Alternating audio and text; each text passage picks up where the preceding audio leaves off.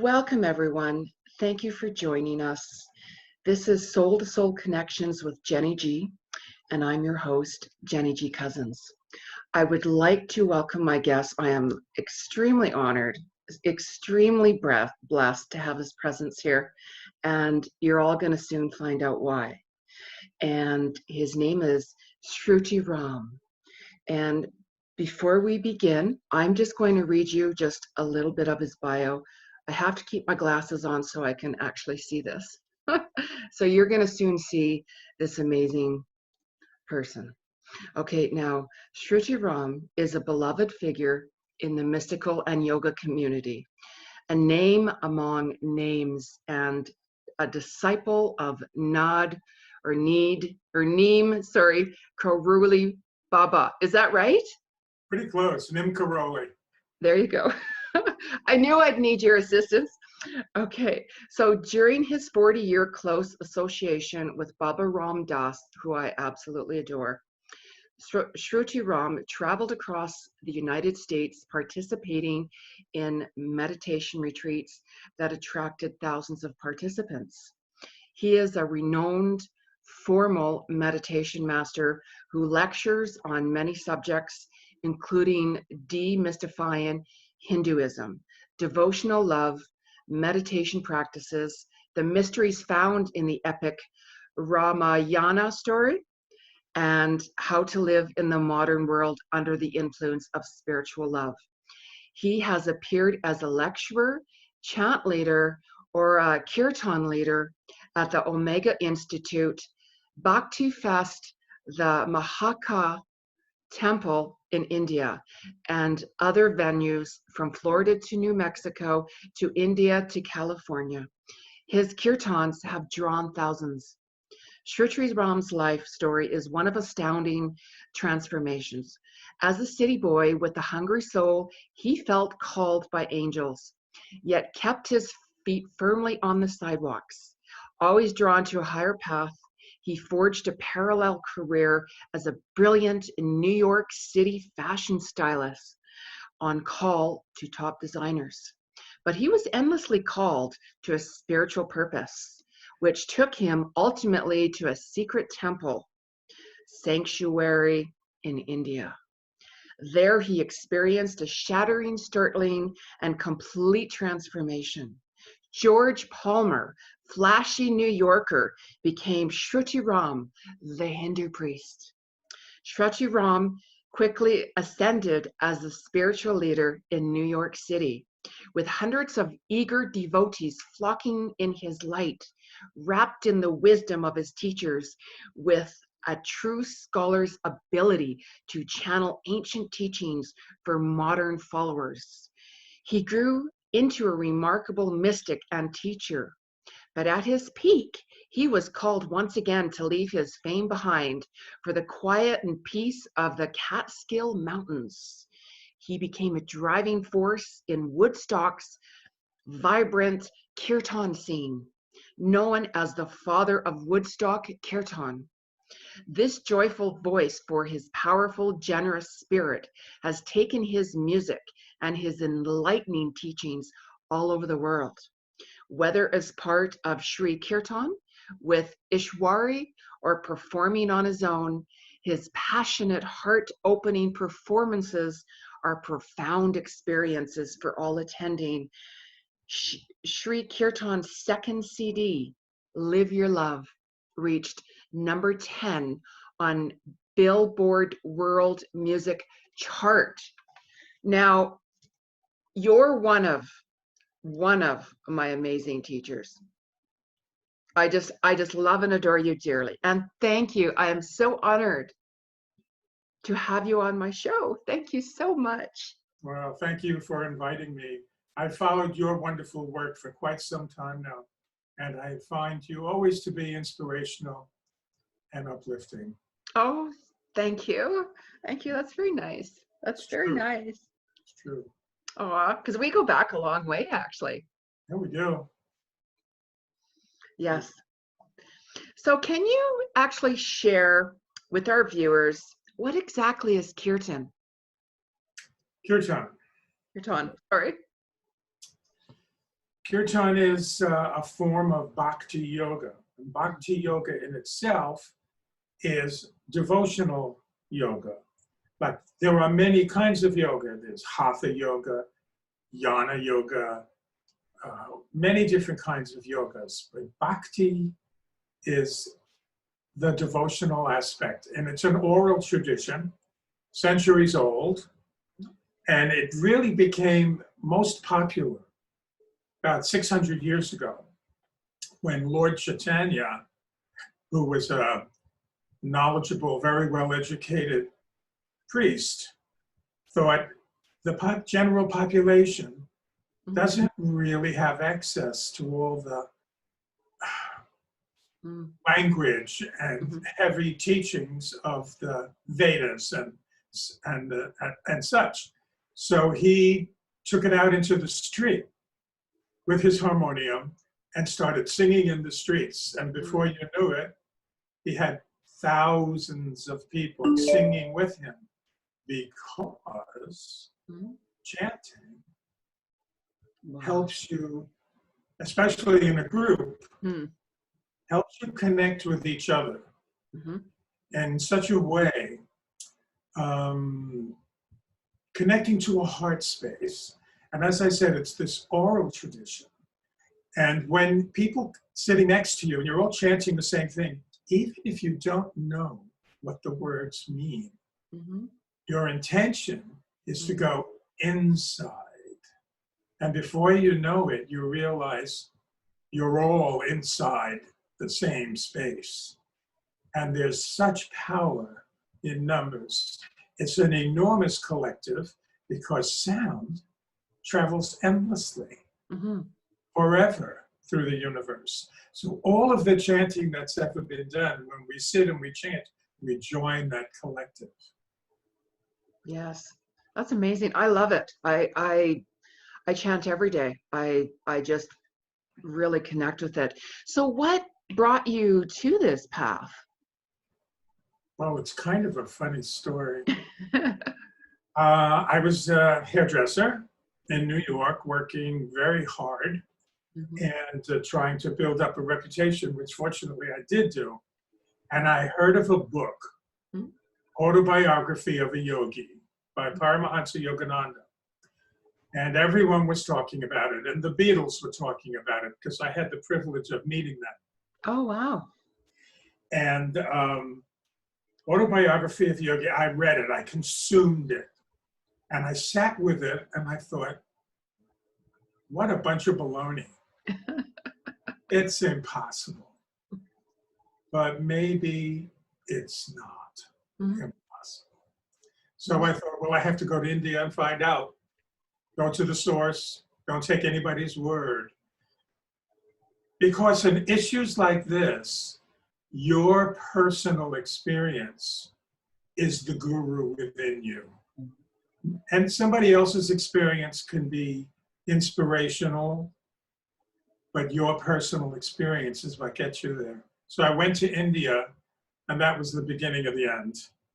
I threw everything I knew as important out the window and traveled to that inner space.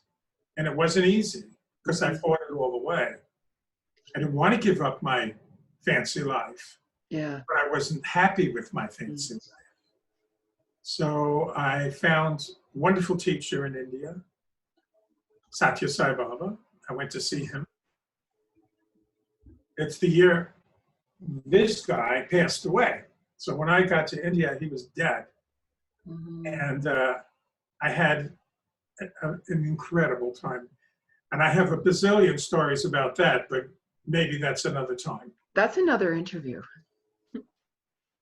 And I came back and got involved with a meditation teacher in New York City, who I found driving through the city one night. Ram Dass was on the radio. And he announced that if you had any questions, you could call the station directly. So I searched the streets for a phone because we didn't have cell phones in those days. And I actually got Ram Dass on the phone and I said, I need a good meditation teacher in New York. He said, go see Hilda Charlton in Greenwich Village, Mm-hmm. which I did. And she was a magnificent teacher. Mm-hmm. And ultimately, I met Ram Dass there, Oh, nice. and we became great buddies. And we studied together, we chanted together. And then I wound up being meditation master on his retreats and traveled around with him. With And Ram Dass? with Ram Dass. Oh, wow. We became great friends. And at one point, I actually lived with him in New York City. Mm. It was wonderful.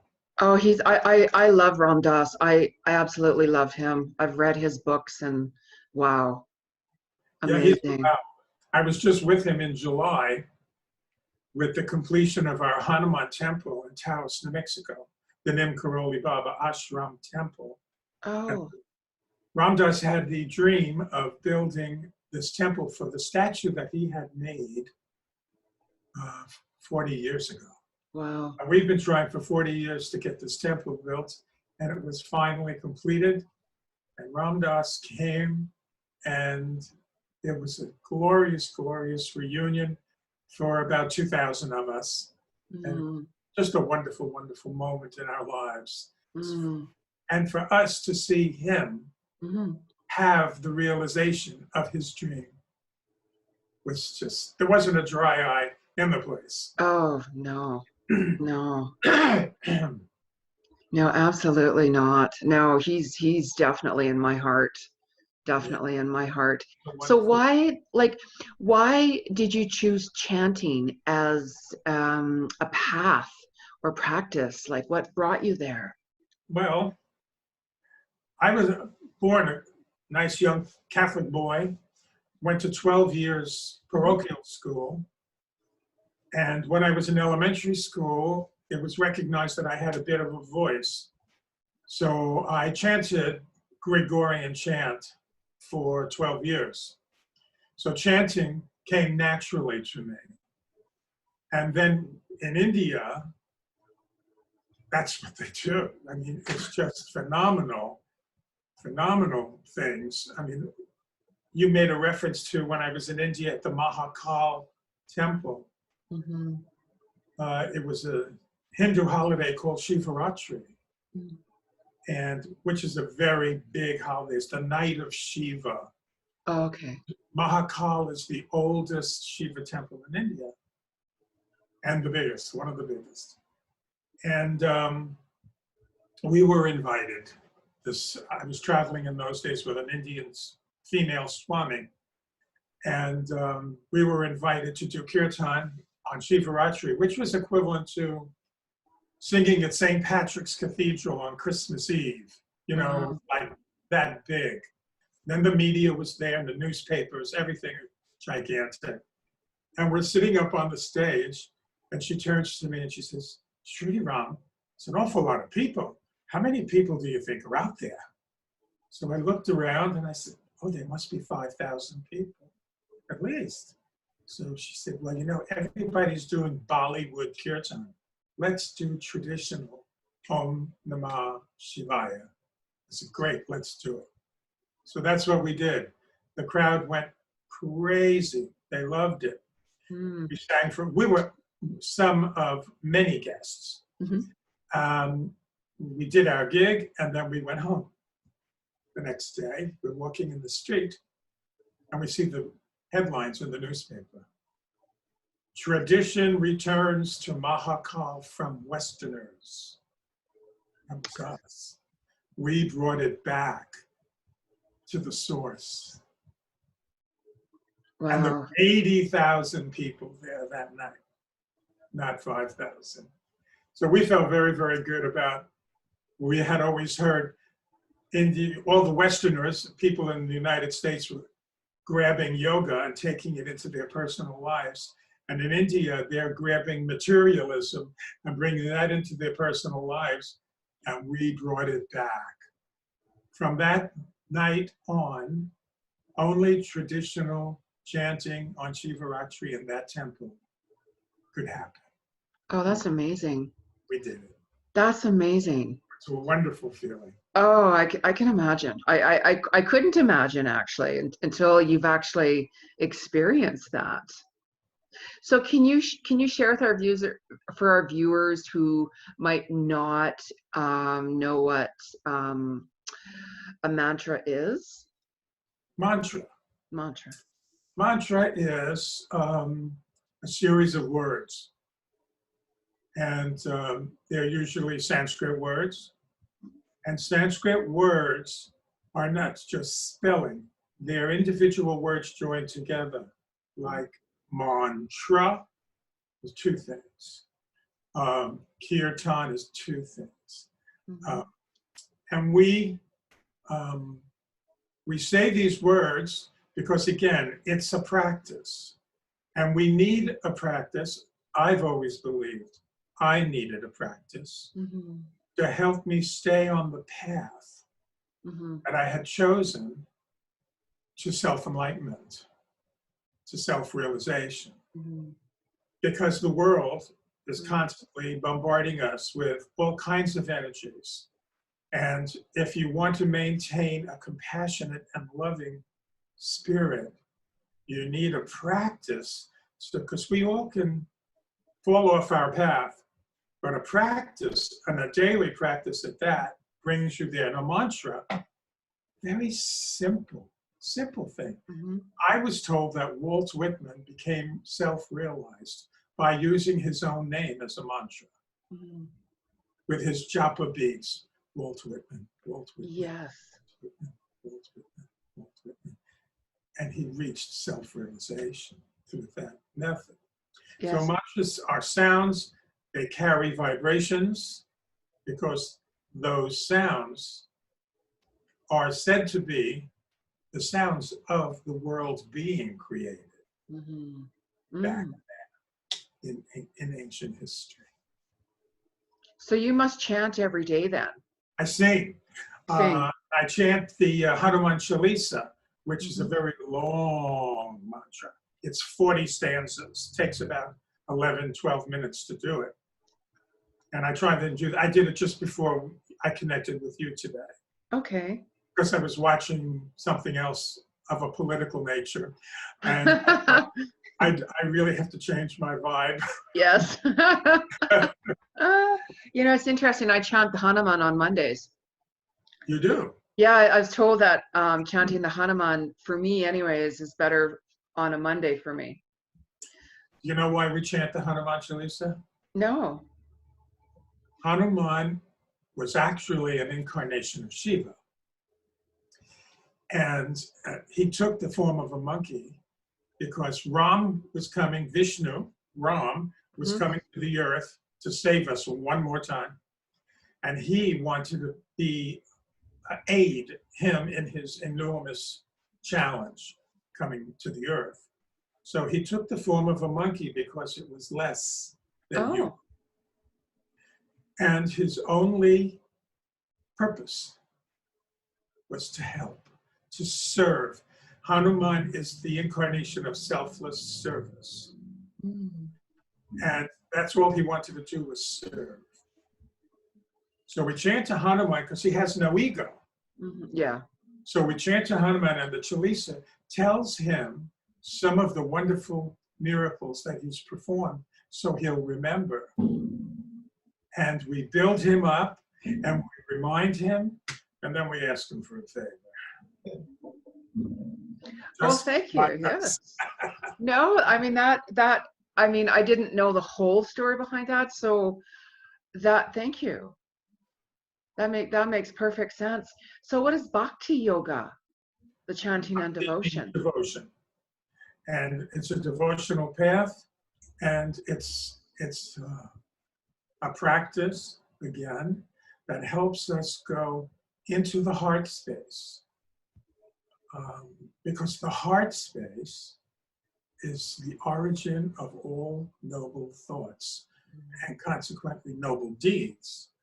So bhakti is to get us on track into our heart space so that we can tap the divinity, that aspect of divinity that resides in each and every one of us. So that's why we do bhakti. We praise the Lord, but we're praising the Lord within us. Mm-hmm. It doesn't matter who you call Lord, as long as it's a compassionate, a loving entity that you're trying to get in touch with. I love that, because when I know a lot of people, but there's very few who I have like in my life, and I will connect with if I can connect with someone on a heart to heart, soul to soul level unconditionally, that's my tribe.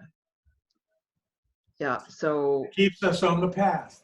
It helps yes, us read the road signs that keeps us on the path. All of the yes, saints and sages who came before us left road signs for us with their experiences, their personal experiences, which I've just written a book about yeah. my personal experiences, and I thought, well, really, it's just going to be another memoir. And what really shocked me was that after I had completed it, I had to go back and proofread the whole thing, Hmm. because I never looked back. I was either in the moment and taking the next step forward. Absolutely.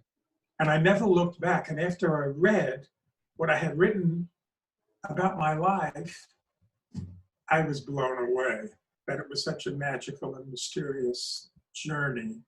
And I felt that it could be inspirational, because I'm just another schmo on the planet, and I had a wonderful time being compassionate and kind. That's your nature, and that's your nature, and that's why I connect with you, because you're real, you're authentic, and you're all heart connected. And I want a copy of the book, by the way. Well, they're redoing the whole thing right now. I just signed with a new publisher, Yeah. and they're going to do an absolutely stunning book. And the publisher was so moved by the book, he said, I have no choice but to publish this. It's got to get out there. Yes. Well, that's why, I wanted to share just a little bit about your bio up front, because it's extraordinary. And I just connected with like every word of it. It literally like went right through me, and I thought, people have to see you, they have to know about you, which they do, but it's very unique, very unique. So can you share, speaking of love and heart, can you share a little bit about devotional love? Devotional love. Devotional love.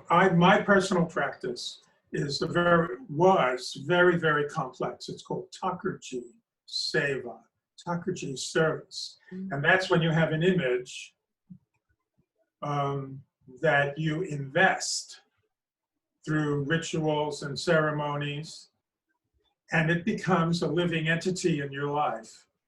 So every day, my Thakurji was Ram, the Lord Ram, and he would have to be bathed, dressed, fed, read poetry to, played with, put to rest, fed again, and on and on and on and on. Thakurji Seva, it's limitless practice. And I did it because, well, first of all, I had the time and the interest to do it. And it took most of the day for several years. Mm. And then at one point, I was sitting with him, and he said, you don't have to do this anymore. I said, what? And we had conversations. Yeah, yeah. What do you mean? What? And he said, you don't have to do this anymore. I live inside of you. Yeah. So it's not necessary. Take care of you. Take care of yourself, and you will be honoring me. Mm-hmm. And that's what I do now. I still have my Thakurji, which is, I could bend your ear for several hours on that one. But he's here, he lives in the house, and that's my devotional love. But it doesn't have to be so intense. Devotional love is, we do it through bhakti, through chanting, through mantra to, it helps us to change our physical world because we are changing ourselves from the inside. So we respond to other people and situations differently than we would if we were not involved in the practice. It keeps us in love. One of the reasons I fell so in love with this man's teachings, Neem Karoli Baba, was because he had very simple dictates. And it was love everybody, feed everybody, see God in everybody, Yes. and don't try and figure it out. Yeah. Yeah. No. That's why I fell in love with him. Yeah. I can totally see that. I didn't need a mantra. I didn't need anything. If I could just follow those rules, I knew I was on the way home. And Ram Dass always says, that is the truth, because ultimately we're all, and this is the name of his newest book, we're all just walking each other home. Yes. That's what we're doing. And devotional love promotes that in a very positive and forceful way. Yeah, it has such a nice flow to it. You know what I mean? The energy all just seems to be flowing just all around that. I can really feel that, you know? So what is this? Is that the book, All Roads Lead to Ram? That's my book. I know. All Roads Lead to Ram. I love it. The subtitle is Personal History of a Spiritual Warrior. Wow. Adventurer, spiritual adventurer. Adventurer, I'd say that. I gave it to Ram Dass when I saw him in July. And I walked in and I said, well, I brought you this. So he looks at it, he takes it and he looks at it. Gives me the look, the piercing, melt in your shoes look. And he goes, it's true. Over here. And he took a picture holding the book. What a lovely gift. Oh. And it's the story of how it all got started. And if you want to hear any of the stories, I can relate any. Yeah, yes, absolutely. I was just going to ask you that. Can you share with us a story? Actually, seriously, that was my next question. I'll tell you the first story because most people can really relate to it. When I came back from India, I wanted a mantra. So I found a teacher in Manhattan. Yogi Dinkar was his name, on 57th Street in Manhattan. And there was a whole bunch of us went there to see him. And we're all sitting there on the chairs, and he would come to his desk and he would interview you. Came to be my turn, and he looked at me very deeply, which I hadn't noticed with the others. So he said, so I have to preface this by saying he was very unusual because he had a very heavy Jewish accent. And he was dressed in Indian clothes. He spent most of his life in India. And he said to me, so you want the mantra? So I said, yes. He said, no, not for you. Not yet. You're not ready. I said, what do you mean I'm not ready? I'm here. I have $100 for my mantra. He said, no, you'll have to take yoga lessons for a while to prepare you for the power of the mantra. I went, oh, baloney. Just another old man capitalizing on a new vogue. And, oh, what the hell? So I took yoga classes. It went on for 7 months. And every time I would say, when do I get the mantra? He'd say, you're not ready yet. All right, all right, all right. I'd become a pretty good yoga teacher myself. Then he turned to me one day and he said, well, don't you want a mantra? Don't you still want one? Don't you still need one? I said, you give it to me when I'm ready. He recognized all of that arrogance in my persona. And he looks at me and said, okay, you'll get it tomorrow. He said, bring some fruit and a stick of incense. I said, and $100. And he said, no, you don't need that. Just bring the other things. That day, I went to see him. He was so kind. He had set up a closet with all pictures of deities. And we sat there in that little closet space.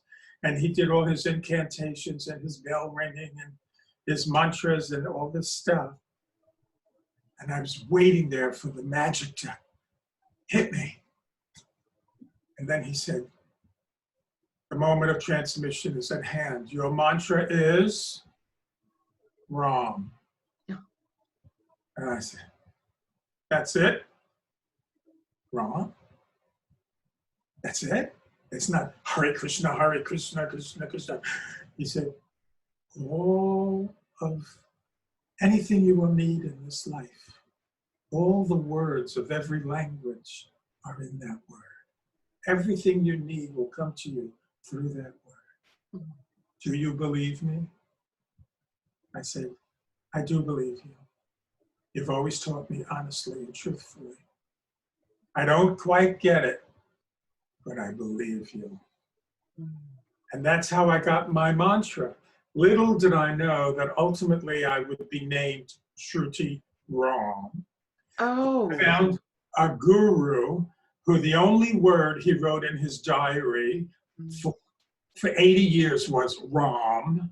Yeah. And on and on and on. Ram's presence in my life is astronomical. Mm-hmm. Because I was going to ask you, how did you come across your name? Mm-hmm. It was given by one of my teachers, and it wasn't. We were meditating, and she said, you're going to go to a very different place today, and you're going to hear something. I said, really? Okay, let's go. I've got my seatbelt fastened. I'm ready. Let's go. And we chanted and we went. And it was a very, very powerful moment. And when it was over, she said, what's your name? I said, Brahmananda Saraswati Shruti Ram. And she said, correct. And she said, only answer to Shruti Ram. And I have ever since, and that's 40 years ago. Wow. And it really suits you. I mean, the name really, really suits you. Like it's a nice energy. Do you know what the Shrutis are? It's What's another that? name. It's another name for the Upanishads. And The what? It's another name for the Upanishads. Oh, really? There are Oh. Shrutis, Smritis. They are the Upanishads. And the Smritis are written word, and the Shrutis are revealed vocal words, orally, passed down for centuries. So Shruti Ram are the revealed words of the Lord. And in music, oddly enough, the Shrutis, I particularly like this one. The Shrutis are the sounds between the notes, like the beads of a mala. Oh, I love that. And that's how I see it. And then I became a kirtan wala, a kirtan singer, which was, it's just too crazy wonderful. It's magical. It's pure magical. I love that. I love the flow of it. Thank you. I do too. I love the flow with it. Do you have any other like teachers who influenced you? Well, Neem Karoli Baba and his satsang, his family, if you will, our spiritual family, they're the most wonderful people I know. They're the most difficult people I know, Yeah. but they're wonderful because they're real and they're not phony holies. They're really doing the work. And that's why it's called work. It's not play. It's not, oh, I feel so holy. No, it's get out and dig the ditch so the septic system can work well. And with the help of God, I'll get it done. You know, it's very real. And I adore them. Of course, there was Sai Baba, there was Hilda Charlton, Ram Dass, Yeah. who was, he was dean of psychology at Harvard. This man knows how the mind thinks. And I always told him, I said, I'm sticking with you because you're so much smarter than I am. And if anything is not quite kosher, I know you're going to spot it before I do. And it's true. In the old days, in the early days, when Ram Dass and I were gathering hundreds of people, which we got all the mansions in South Queens, and we packed them with people so we could all get together every day and have teachings, and Hilda and Ram Dass. It was just marvelous. And I forgot where I was going with it. My head is like a Rolodex right now. Yes. But Ram Dass, oh yes, Ram Dass decided that he was becoming too important in the scene, and he left. He moved to California. He said, okay, Sruti Ram, it's up to you to hold it together. Well, I did. I did it very well. It was involved with enormous practices and disciplines, and it opened up my third eye. So I could hear everybody's thoughts, which ultimately meant that nobody could lie to me because I knew what they were thinking. Mm-hmm. And it was, I could really serve. But then I started seeing my picture on people's altars. Mm-hmm. And I said, well, that's evidence that I'm doing a really good job, but it's not doing me any good. I don't want to be a guru. That's not why I got into this game. I don't want to be a guru. I have one. I don't want to be one. So I just did. Yeah. And Ram Dass said to me when I called him, I said, well, I closed the whole thing down and I moved to Florida. Nobody knows where I am. And he said, congratulations. You could have lived on that throne for the next 3 incarnations. I'm proud of you. And I took that as a great blessing. And his approval on anything I did was always of major importance to me. Absolutely. So why do you feel, and I mean, I know why you do, but I want the viewers to hear it. So why do you feel that doing this on a daily basis, especially in the world today, how it could really help people make a difference? Well, like I expressed a bit earlier, Yeah. it's very easy to be influenced Mm-hmm. by the energy all around us. Yes. And the world today is pretty rough.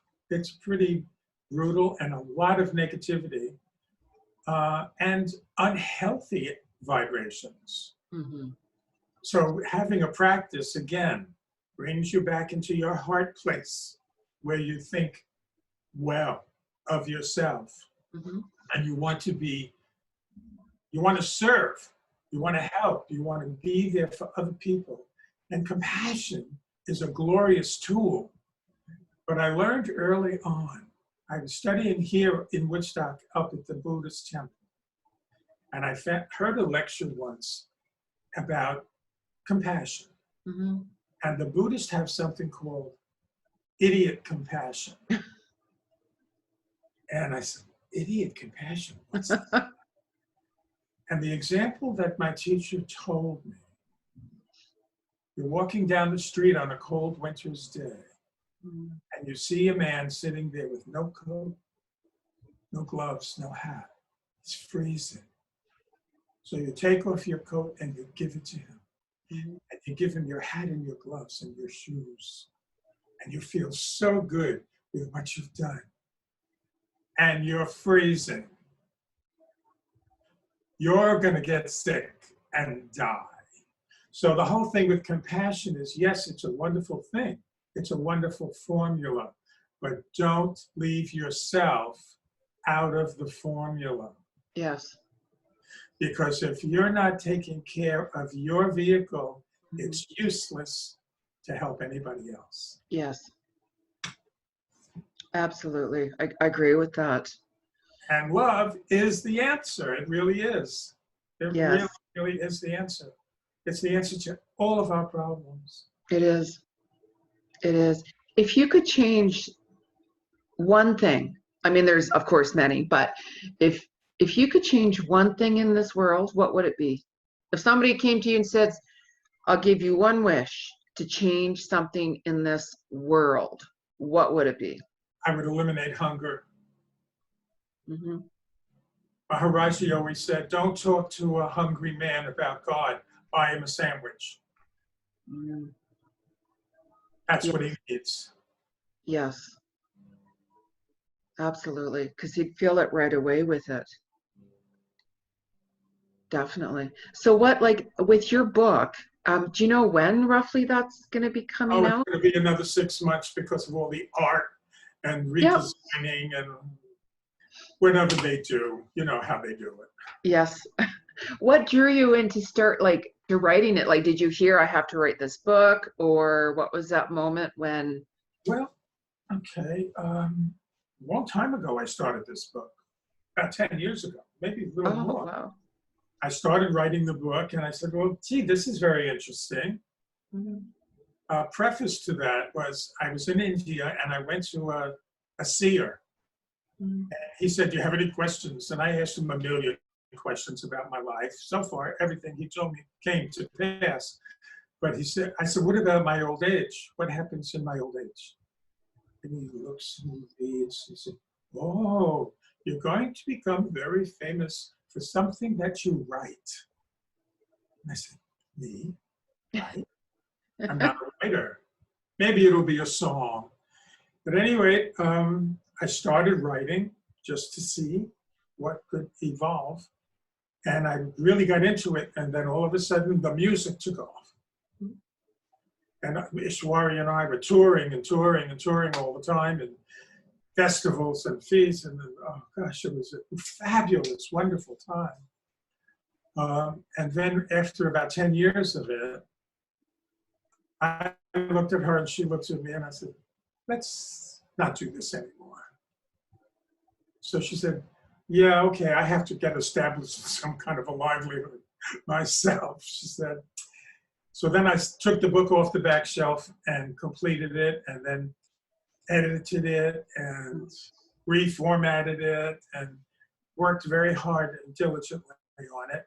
And then all of a sudden, anyone who I allowed to read the manuscript couldn't put it down.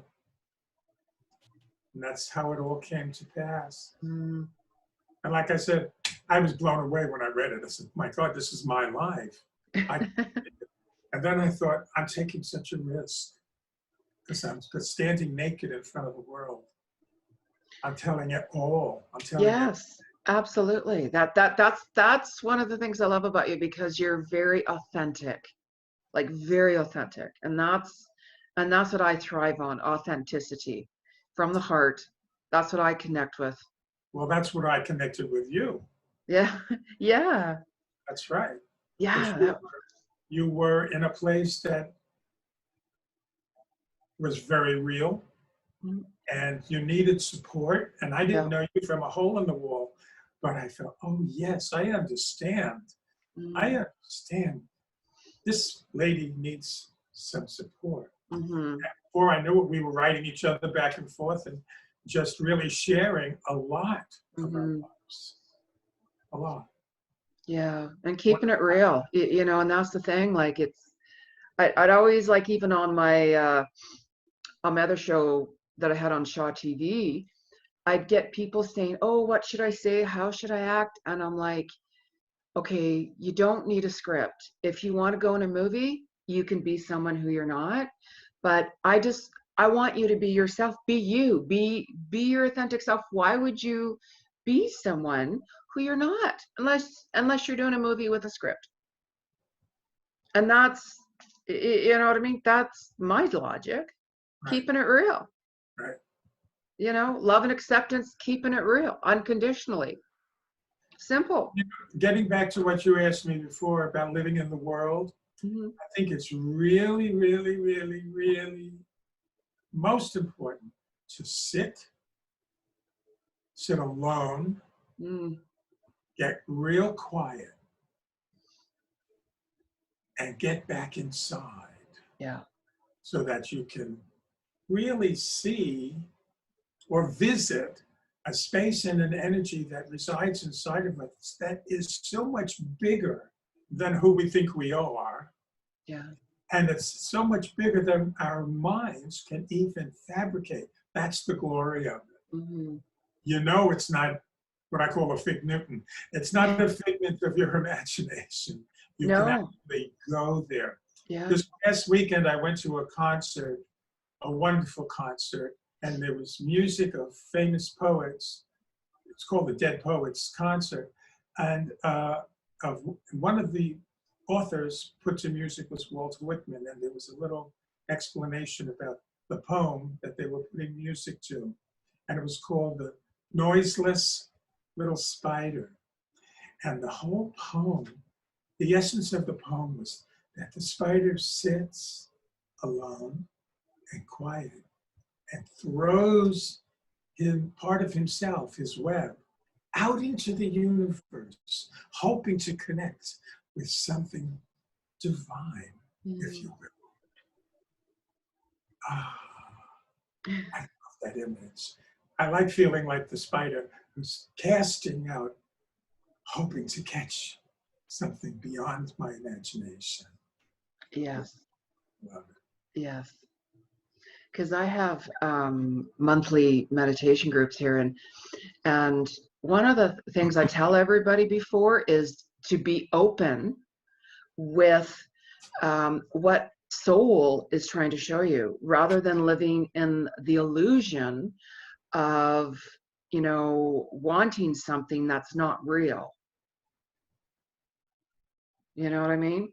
So it's like if somebody says, oh yeah, I found my so-called soulmate or whatever, and then I'm like, okay, meditate on that and see if that's the real, or is that something that you're just wanting, but you're not looking at the reality. So to silence the mind, hear your soul speak, to see truth, but to be open to that truth rather than running from that truth and fighting with soul.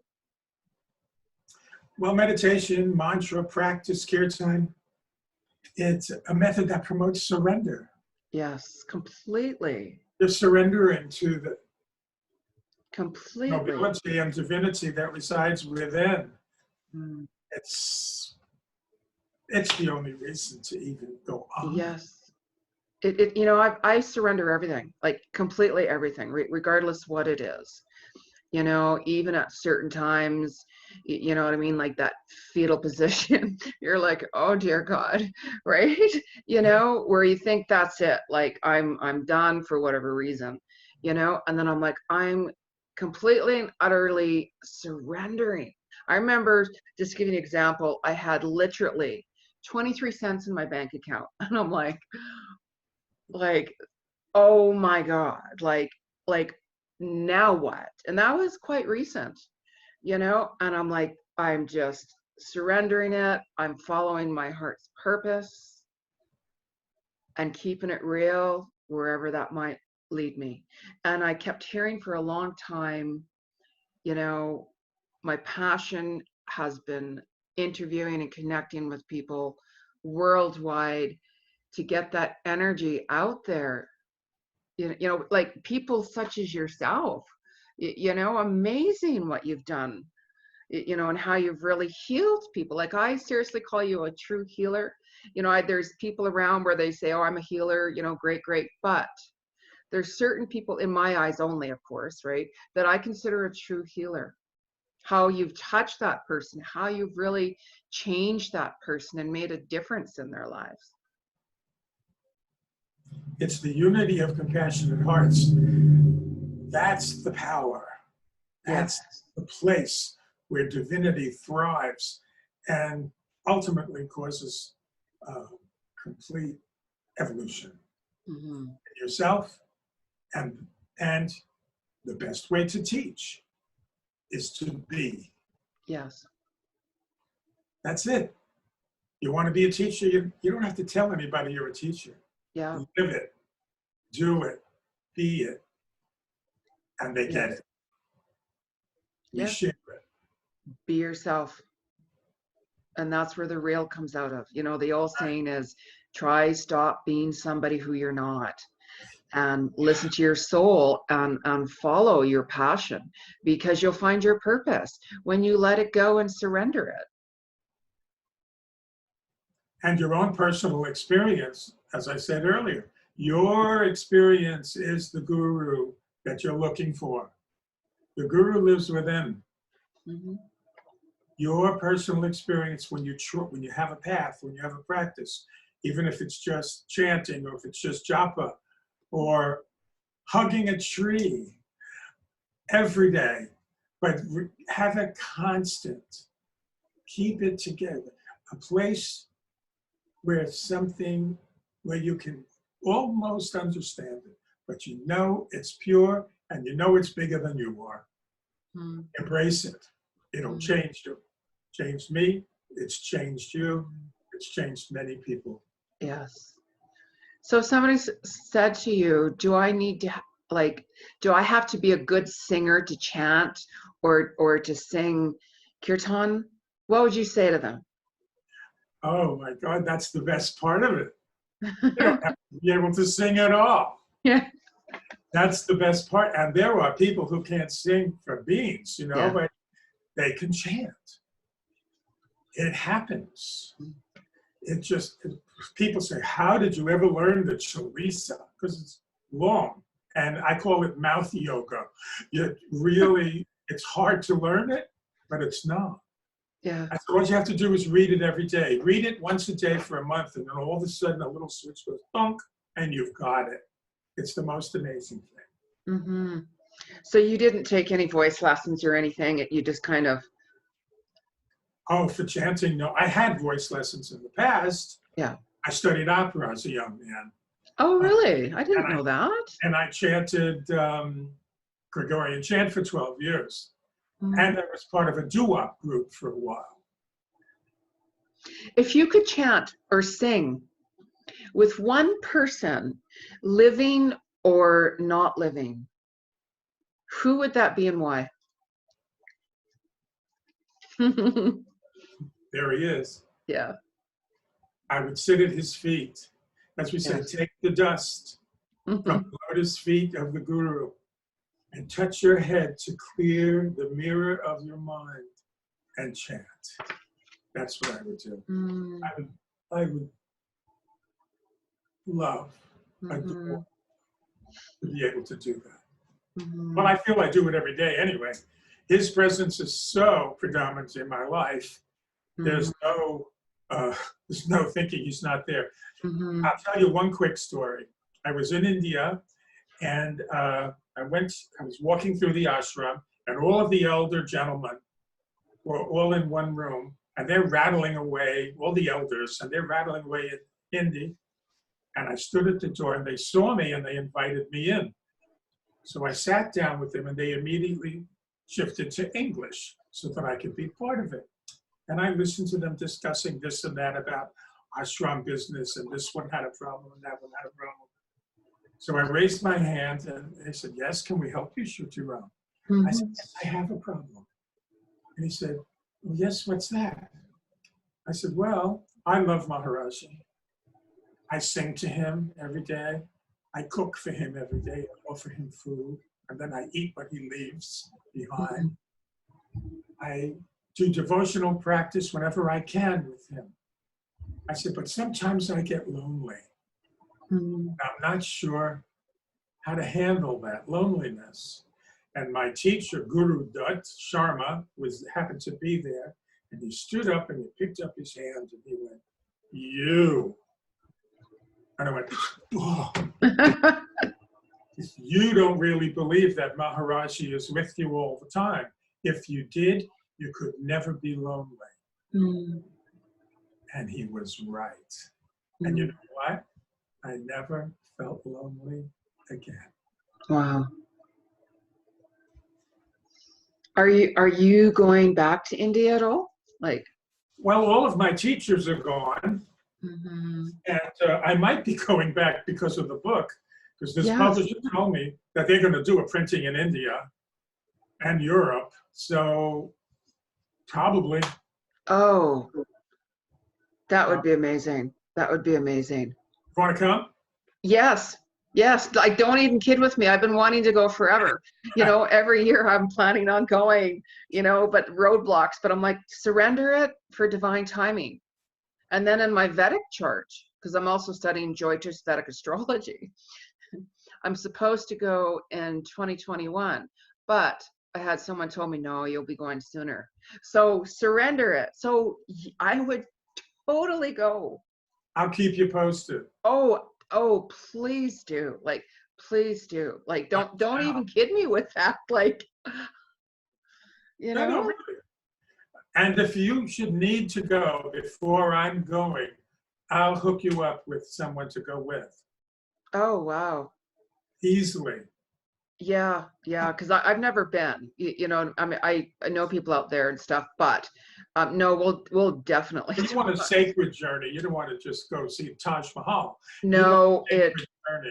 completely and utterly it beyond sacred when I go. I did a painting actually, long story, but I did a painting because I do past life paintings and everything, but I did a painting. I was just painting whatever, and then it ended up to be like a painting of me, and I kept on hearing for quite some time, you know, when I go back to India, or when I go to India in this lifetime, that it's going home to God. So I called my painting going home to God, going home to the beloved. And you know, I've always said, when I go to India, I'll either be staying there for a long time, you know, or I might not make it back. So who knows? Surrender, right?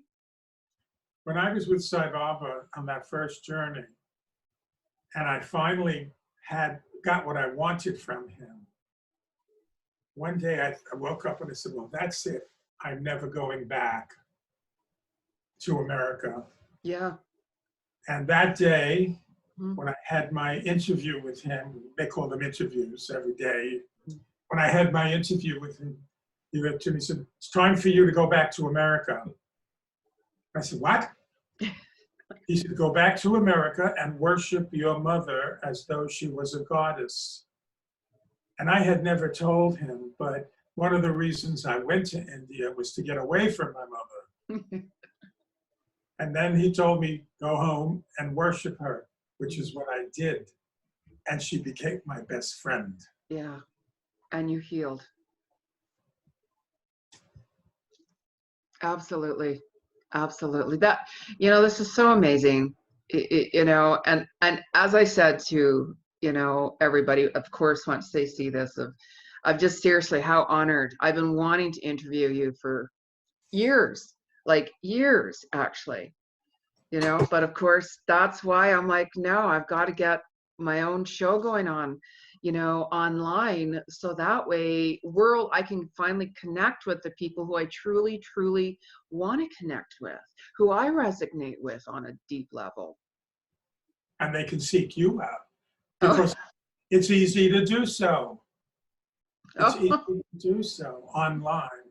It's easy. Yeah, you reach people, and it's just a real blessing, like being so grateful that, you know, the opportunity is there to be able to do that and share it with people, and you know, and help them with, regardless of what, like even the work that I do, like my spiritual work. I mean, my goal, you know, has always been, even if I could help even one person a day, even one person, that one person can truly go out and help other people, and so on, and then we have unity within the collective consciousness worldwide. You know, it could really truly help others in so many ways, especially when your book comes out. Like, oh my God, like, that's our purpose, as far as I can yes, always been mine.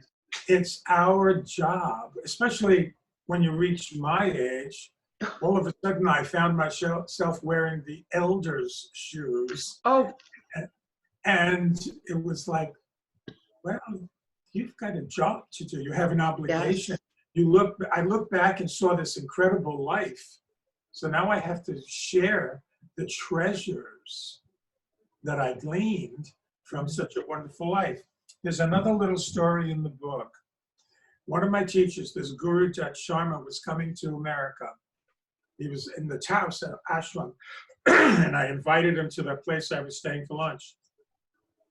And when he was there, I said, Guru Dutt, would you come into my room and see my seva, my Thakurji seva, my ram, and all the accoutrements and all the stuff that you drag along wherever you go. You never leave him alone.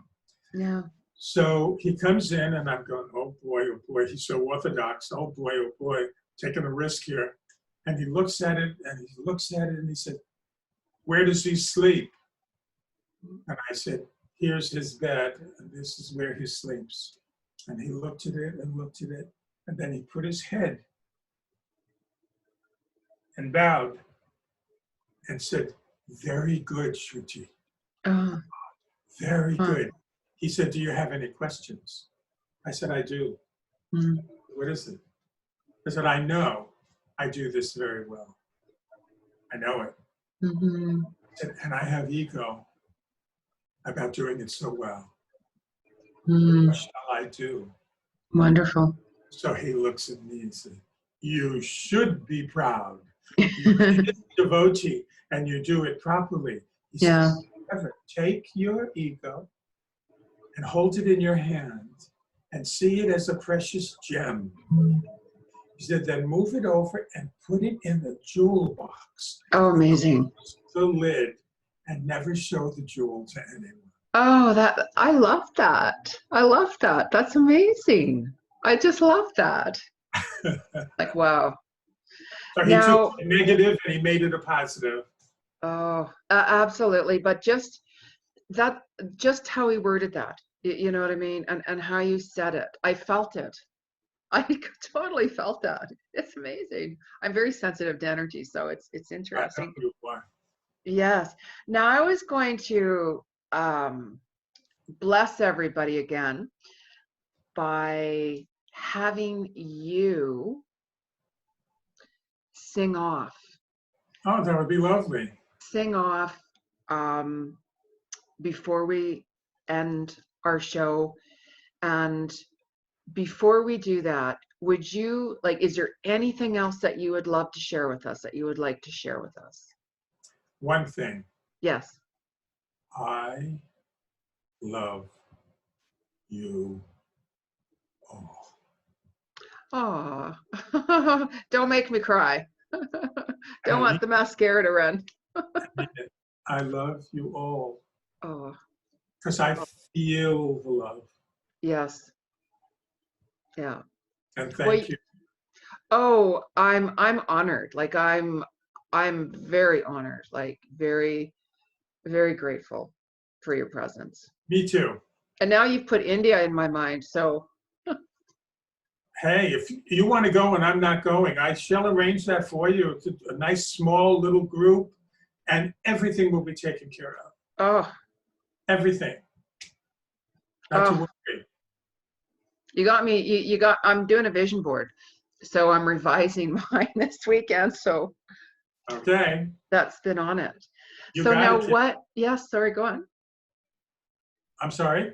Oh no, I interrupted you. So no, good. It's good. Oh no, I'm tweaking my vision board tonight. So good. Absolutely. So what are you going to sing? I'm going to sing a chant that I wrote with Chaitanya Jyotima on the banks of the Ganges in Rishikesh, right after I had an experience, what I call unity. It's in my book, unity, where I felt and became totally one with everything that exists. And when that was done, we sat and we wrote this chant. Unity of consciousness. Wow. And again, I want to send my deepest love and much gratitude for, you know, you taking your time, because I know you're busy, to do this. It's been wonderful. A joy. Wonderful. And just before, now, if somebody wanted to find out more about you, let's say, what is the best way? Do you have like a website or what? Website is being reconstructed. Okay. Facebook, Sruti Ram. They can PM me and then we'll exchange email addresses, whatever. Okay. So you heard it, viewers.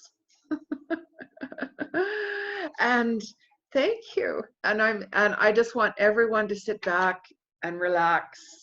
Take a deep breath in, deep breath out, as we end the show with Sruti Ram.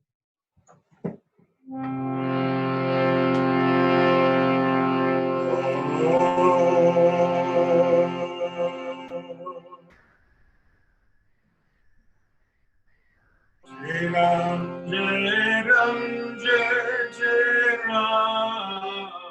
Jai Ram, Jai Ram, Jai Jai Ram. Jai Ram, Jai Ram, Jai Jai Ram. Jai Ram, Jai Ram, Jai Jai Ram.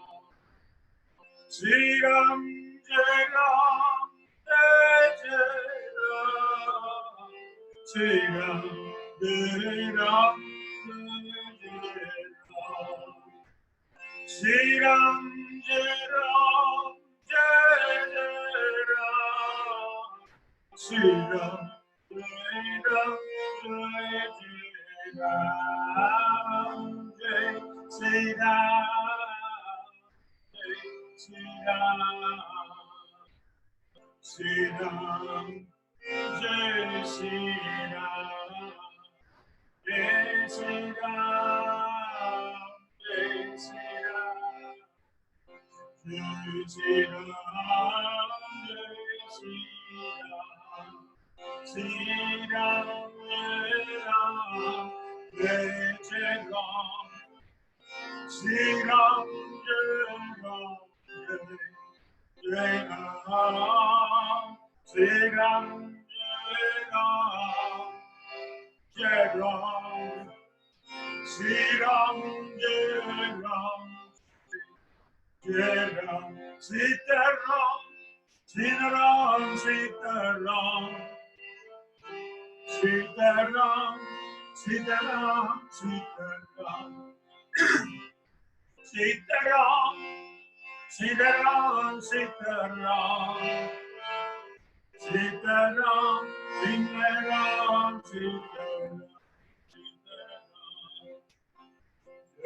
Sitaram, Sitaram,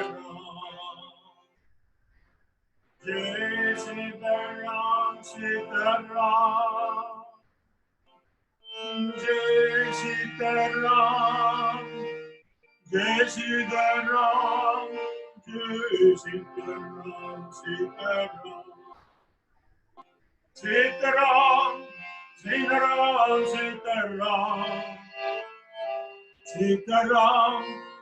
Sitaram, Sitaram, Sitaram, Sitaram, Sitaram, Sitaram, Sitaram, Sitaram. Sri Ram, Jai Ram, Jai Ram. Sri Ram, Jai Ram, Jai Ram. Sri Ram, Jai Ram, Jai Ram. Sri Ram, Jai Ram.